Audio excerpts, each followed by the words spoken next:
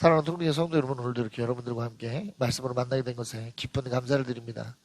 말씀을 통해서 우리가 온전히 하나님의 은혜를 깨닫는 시간이 될 수 있기를 바라고요. 이러한 은혜 속에서 여러분들이 하나님하고의 더 깊은 관계 가운데로 나아갈 수 있는 여러분들이 될 수 있기를 바라겠습니다. 오늘은 창세기 26장의 말씀을 함께 살펴볼 것인데요. 창세기 26장을 보면 아브라함에 이어서 약속의 주인공이 된 이삭에 대한 이야기가 나오는 것을 볼 수 있습니다.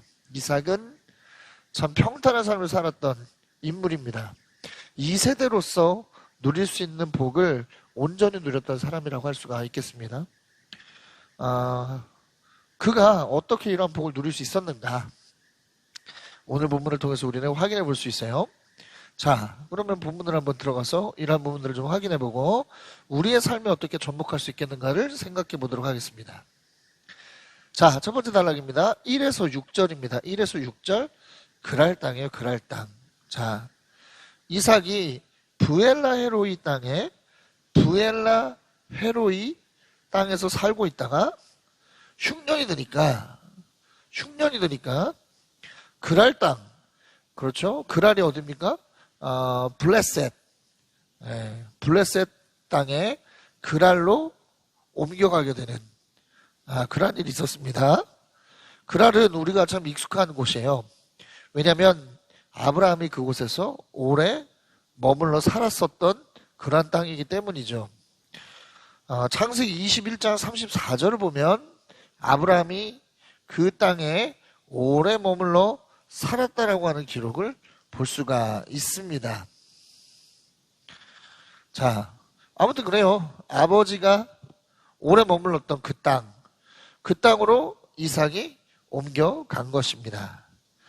자, 그런데 하나님께서는 이삭에게 오늘 이집트로 가지 말라는 말씀을 하고 계세요. 왜 이런 말씀 하셨을까?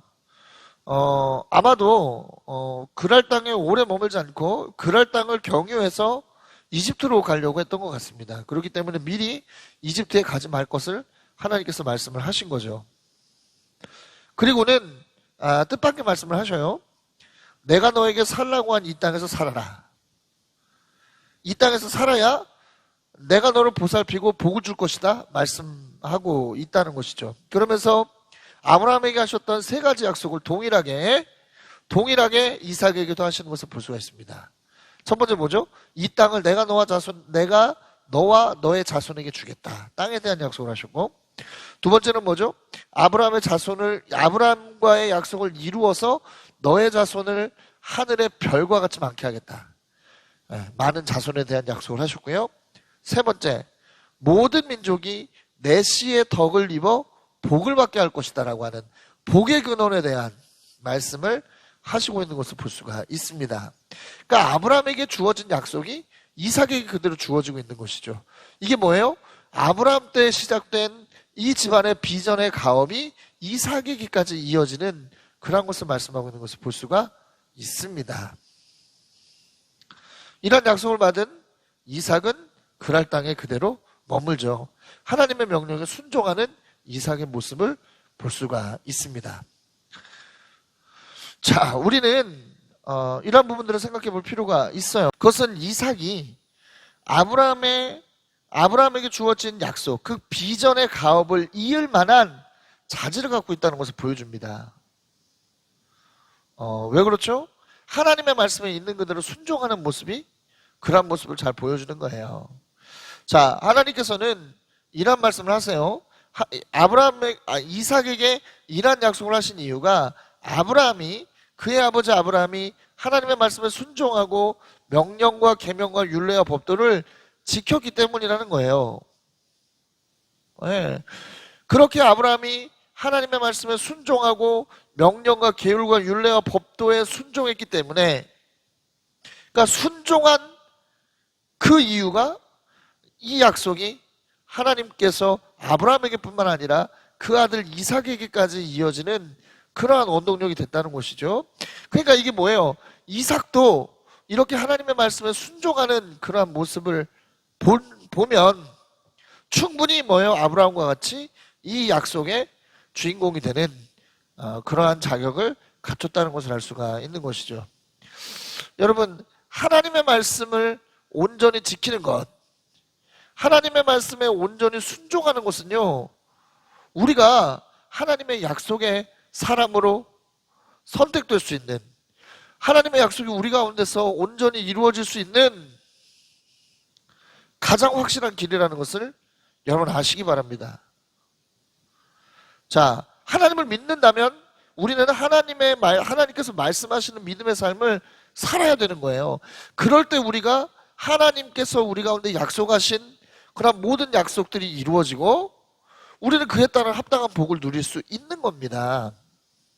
이렇게 얘기하면 많은 사람들이 그래요. 목사님, 이거 행위, 너무 공로주의, 행위 신학을 말씀하시는 거 아닙니까? 이렇게 이야기를 한다는 거죠. 그래, 여러분, 우리는 좀 알아야 됩니다. 여러분, 아브라함이 행위의 대가, 하나님의 말씀에 순종했고 명령과 계명과 율례와 법도를 지켰기 때문에 이 약속이 주어지고 이 약속이 아들에게까지 이어졌다고 하는 것은 그가 어떤 하나님께서 율법적 공로를 인정하셔서 그렇게 하셨다는 게 아니에요. 우리 그렇게 오해하면 안 됩니다. 여러분 보십시오. 야고보서 2장을 보면 행함 없는 믿음은 죽은 것이라고 말하죠. 그러니까 믿음이라고 하는 것은 구체적인 행위가 이루어질 때 생명력을 가지는 거예요. 나는 하나님을 믿습니다. 나는 하나님을 사랑합니다.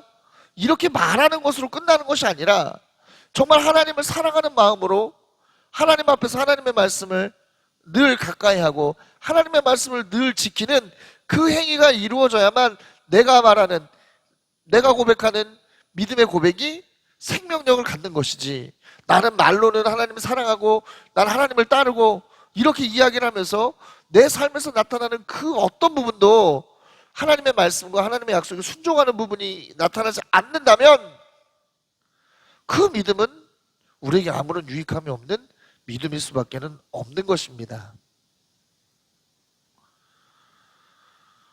예. 로마서 4장 1절에서 3절, 갈라디아서 3장 6절을 보면 아브라함은 행함에 의한 공로가 아니라 그 믿음으로 하나님께 인정받았고 약속의 주인공이 되었다라고 이야기해요. 그러나 그는 말만 있었습니까? 마음만 갖고 있었어요? 그렇지 않죠. 아들까지도 내어놓을 수 있는 실천, 언제나 하나님께서 가라는 곳으로 가고 멈추라는 곳으로 멈췄던 그런 어떤 순종적인 어떤 삶의 모습이 나타났기 때문에 하나님께서는 그 모습을 보시고 아브라함의 믿음을 인정하신 것이고 그 인정받은 믿음 위에 이러한 약속이 축복과 은혜로 더해진 것이다라는 것을 알아야만 합니다.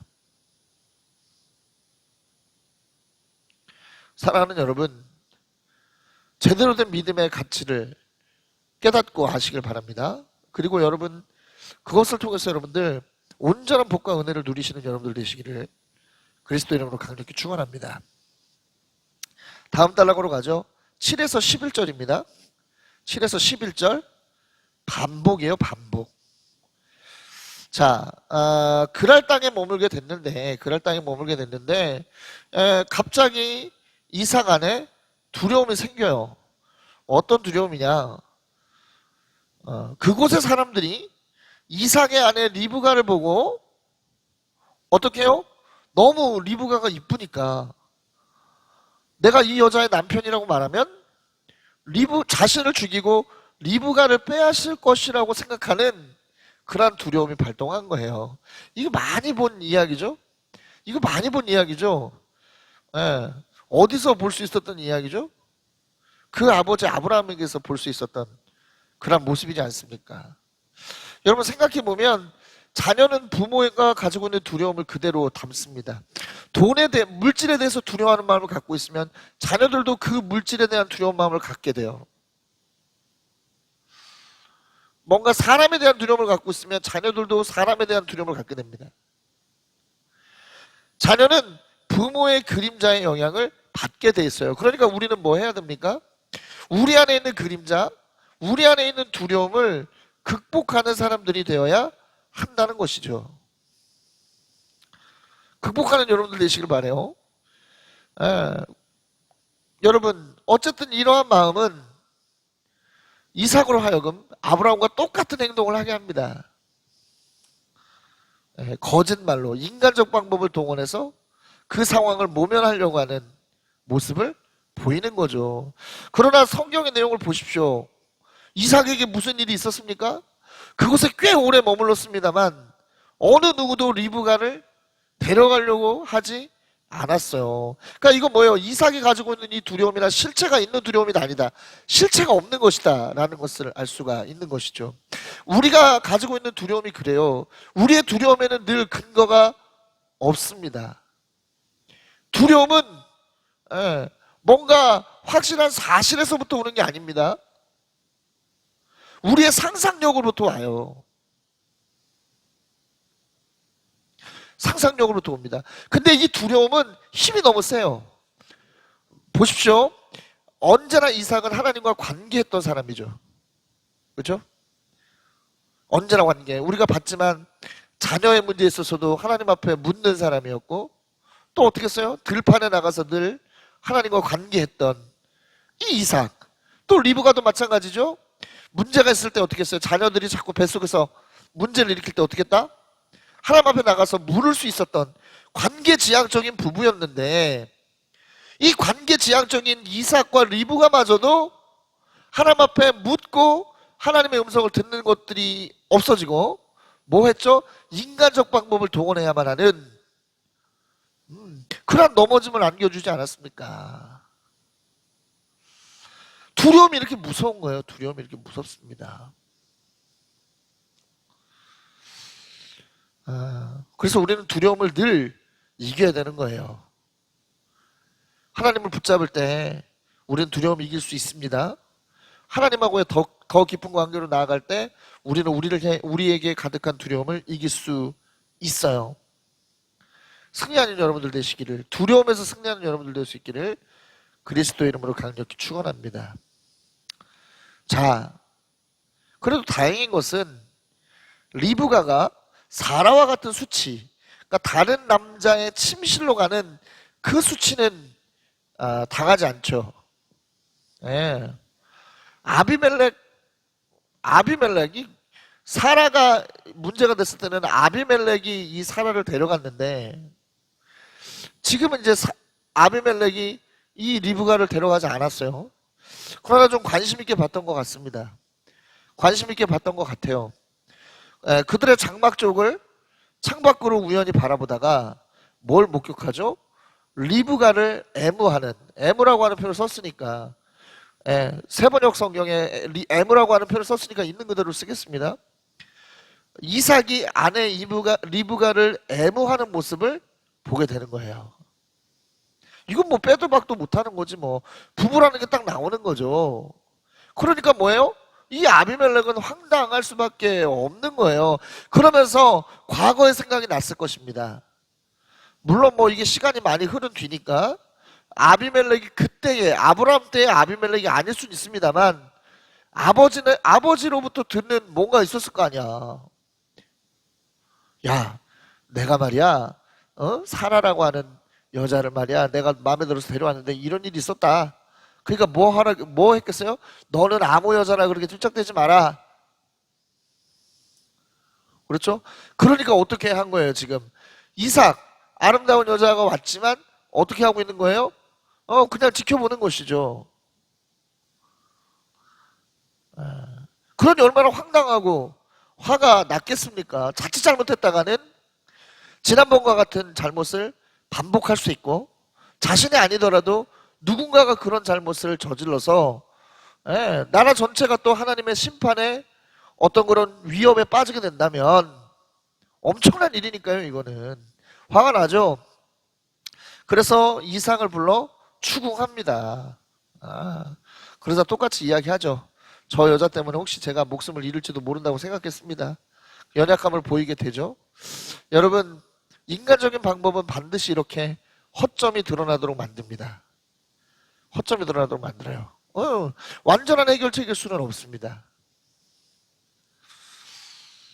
승리하는 여러분들 되세요. 두려움에 빠지면 우리는 이렇게 불안정한 우리의 인간적 방법을 사용하고 인간적 방법을 동원하려고 하는 거예요. 그래서 답을 얻고, 그래서 뭔가 해결을 얻으면 다행인데 해결이 주어지지 않고 답이 주어지지 않죠. 그래서 늘 문제 아니겠습니까?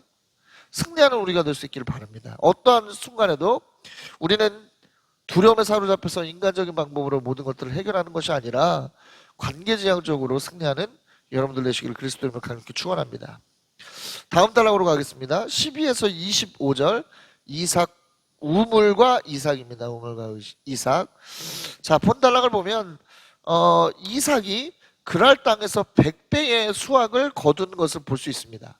이 100배라고 하는 것은 하나님의 완전한 복에 대한 의미를 갖고 있어요.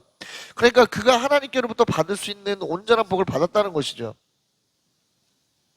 점점 재산이 늘어나고 있어요. 아주 부유해지고 남종, 여종, 많은 소떼, 양떼 뭐 많아집니다. 왜요? 그가 하나님의 약속의 땅에 계속적으로 머물고 있기 때문에, 하나님의 말씀에 순종하고 있기 때문에 그에게 이러한 축복이 부어지고 있는 겁니다. 그런데 문제는 뭐예요? 이러한 하나님의 축복이 세상 사람들로 하여금, 그 지역 사람들로 하여금 뭘 가져왔다는 거예요? 질투를 야기했다는 것이죠. 여러분, 하나님의 사람들의 번성은 세상의 질투를 삽니다. 그런데 그냥 질투를 사는 걸로 끝나는 거 아니라 어떻게 하죠? 실제적인 어떤 그런 행동으로 우리 가운데 다가오죠. 자, 이삭이 이렇게 번성하는 모습 보니까 그날 사람들이 질투했고 어떻게 했습니까? 아브라함 때 판 우물을 모두 막았어요. 이것은 뭐예요? 아브라함과 아비멜렉 간의 약속을 깨는 행동이죠. 여러분, 세상 임심이 그래요. 좋을 때는 한없이 뭔가를 줄 것처럼 하다가 뭐죠? 입장이 바뀌면 사람의 마음도 확 바뀌는 겁니다.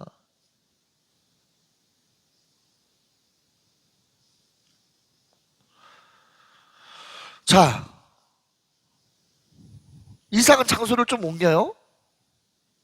그랄 안에서 또 장소를 옮깁니다. 그랄 안에서 장소를 옮기는데, 그리고 나서 뭐예요? 막힌 우물을 다시 파죠. 그리고 아브라함이 불렀던 이름으로 뭐죠? 아브라함이 불렀던 이름으로 그 우물을 부릅니다. 이거 뭐예요? 다시금 그들 앞에서 아비멜렉과 아브라함의 약속을 상기시키는 거죠. 그러나 이 우물의 문제는 끝나지 않습니다. 계속적으로 이어져요. 그렇죠? 두 번에 걸쳐서 우물을 놓고 이 원주민들과 다툼이 일어납니다. 그래서 첫 번째 다툼일 때는 에색, 싸움이라고 하는 의미의 이름으로 불렀고, 두 번째는 뭐예요? 신나라고 하는, 적이라고 하는, 적의, 적대적인 마음, 이 적의라고 하는 이름으로 불렀습니다. 여러분, 세상은 계속적으로 하나님의 백성에게 싸움을 걸고 적의를 내뿜어요. 세상은 우리에게 우리가 번성하도록, 우리가 잘 되도록, 복음이 왕성해지도록 그냥 두고 보지 않습니다. 싸움을 걸어오고 적의를 내뿜어요.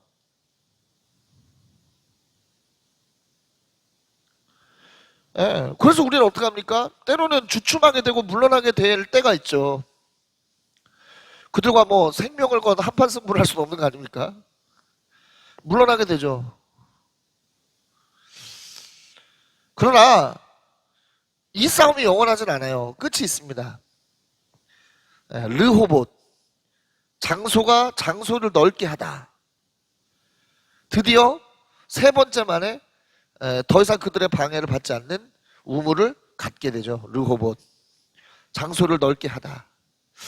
여러분, 아무리 그들이 강력하게 싸움을 걸어오고 적의를 내뿜어도 그게 영원할 수는 없어요. 언젠가 끝이 납니다. 그럴 때 뭐예요? 우리의 지경은 거기서 또 한 번 넓어지는 거죠. 왜요? 하나님이 그 자리에서 우리를 만나주시기 때문에. 보십시오. 이삭을 다시 하나님께서는 브엘세바로 가게 하셨습니다. 브엘세바. 브엘세바가 어디예요? 거기가 그 지점이야. 브엘세바가 뭐예요? 아브라함과 아비멜렉이 언약을 맺었던 그 장소 아닙니까? 그 장소요, 그 장소. 그렇죠? 그 장소입니다, 그 장소. 이것도 결국 어디예요? 이것도 어디입니까? 결국에는 결국에는 블레셋 족속의 땅 안에 있는 그곳이에요. 블레셋바에서 다시 하나님이 그를 만나 주셨습니다. 그리고 하나님의 약속이 다시 한번 확인되죠. 예, 세상의 맹렬한 저항과 어떤 그런 적대심은 복음을 순간적으로는 위축되게 할 수 있어요. 우리가 그걸 겪었잖아요. 코로나라고 하는 맹렬함이 우리가 복음을 전하는 일보다는 위축되게 만들었고 뭔가 다른 방법을 생각하게 만드는 그러한 곳으로 우리를 몰아세웠지 않습니까? 그러나 우리가 계속적으로 예배하고 그 자리에 나가서 하나님의 어떤 그런 복음을 찬양을 통해서 전하려고 했던 그러한 것들을 통해서 뭐예요? 그곳에 우리가 입막여지고 많은 사람들이 그곳에서 그쵸? 흘러나오는 찬양에 반응하게 하는 역사 일어나게 되지 않습니까? 그 속에서 우리는 하나님의 새로운 약속 발견하게 되고 새롭게 깨닫게 되는 겁니다. 그 지점에서 우리의 예배는 달라지고 그 지점에서 우리의 생명력은 더욱더 영적인 생명력을 더욱더 강해지게 되는 거예요. 사랑하는 여러분, 우린 지금 우물을 파고 있는 겁니다. 우물을 파고 있는 거예요. 이곳저곳에서 어디서 하나님께서 주시는 생명의 샘이 터질 것인가? 우리는 계속 우물을 파고 있는 겁니다. 물론 여러 가지로 어그러질 때도 있고 뭐 위축될 때도 있죠. 그러나 중요한 것은 뭐예요? 반드시 어떤 일이 일어난다? 반드시 어떤 일이 일어난다? 그곳에서 샘이 터지고 우리의 영역이 확장되어지는, 하나님은 그 자리에서 더 하나님하고 깊이 있는 관계가 이루어질 수 있는 그날이 반드시 온다. 이러한 기대감을 가지고 나아가는 저 여러분들 될 수 있기를 그리스도님을 간곡히 축원합니다. 다음 단락으로 가죠. 26에서 33절입니다. 이삭과 아비멜렉의 언약이에요. 자, 이삭이 이렇게 계속적으로 하나님의 은혜 가운데서 승승장구하니까 또 누가 나타나요? 아비멜렉과 비골이 그날 땅에서 이삭에게 나옵니다. 그리고 또 똑같은 이야기를 하죠. 아브라함에게 했던 이야기를 똑같이 해요. 하나님께서 당신과 함께 계심을 똑똑히 보았다. 그리고 평화 조약을 제안하죠. 창세기 21장 22에서 34절에 나왔던 그 모습이 재현되고 있는 거예요.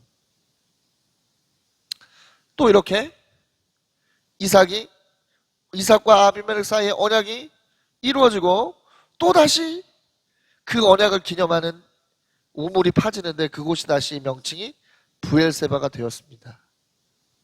이제는 아브라함의 간증, 아브라함의 이야기가 아니라 이제 이삭의 이야기가 된 거예요, 여러분. 이것도 중요한 포인트죠. 우리는 아버지의 신앙, 아버지의 경험이 그 자녀의 것이 될 수 있다고 착각합니다. 그렇지 않아요. 이러한 하나님 안에서의 어떤 역사적인 경험, 하나님하고의 어떤 그런 관계 속에서 일어나는 간증들은 각자의 것입니다. 그럴 때 의미가 있는 거예요. 할렐루야? 제자를 세운다는 게 그런 것이죠.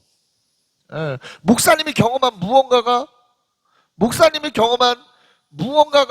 무언가만이 아니라 여러분들 각자가 하나님하고의 관계성 속에서 경험하고 또 간증이 나타나고 이런 하나님과 여러분들 가운데 1:1 관계, 그 속에서 나타나는 여러분들과 하나님께서 쌓아가는 여러분들 인생의 스토리 나타나야 되는 거예요. 그럴 때 진짜 그 순간부터 여러분들 여러분들 안에 하나님의 성도됨, 하나님의 군사됨의 면모가 나타날 수 있는 것임을 여러분 기억하시기 바라겠습니다. 비로소 이삭도 약속의 땅에 아브라함과 같이 정착하게 되어진 은혜를 경험하게 되었어요. 예, 이삭의 이야기는 사실상 이게 답니다. 다음 장부터는 이삭이 주인공이 아니라 또 이삭의 주인공이 바뀌어지는 것을 볼 수가 있어요. 예. 이삭이 또 바뀌어집니다. 이삭의 주인공, 이 이야기의 창세기의 이야기에 주인공이 또 바뀌어져요. 하지만 왜 이삭이 중요한 인물인지 여러분 아시겠죠? 아브라함만의 하나님이 아니라 이삭의 하나님. 아주 아브라함 때 시작됐던 그 믿음의 뭐예요? 믿음의 어떤 그런 가업이 이 이삭을 통해서 완전하게 그 토대가 만들어졌고, 그것을 통해서 그는 또 하나님의 큰 은혜와 축복을 누렸다는 데서 의미가 있는 겁니다. 지금은 우리가 영적으로 좀 어려운 상황이 있어요. 아브라함이나 야곱과 같죠. 우여곡절이 많은 상황이에요. 그러나 우리 후배 세대들은 우리 통로교회 안에서 이삭과 같은 은혜를 누리지 않겠는가, 그런 생각을 해봅니다. 바라기는 우리 교회를 통해서 이삭과도 같은 많은 다음 세대들이 일어날 수 있게 되기를 그리스도 이름으로 강력히 축원합니다. 마지막 단락 34에서 35절입니다. 에서입니다. 에서.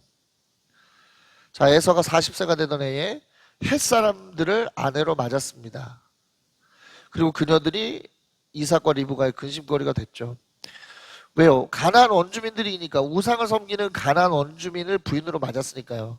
또 다른 의미는 뭐냐면 결혼은 아버지를 통해서 이루어지는 겁니다.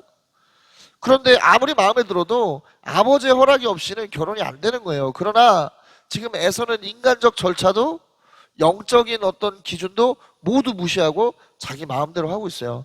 자기 마음대로 한다.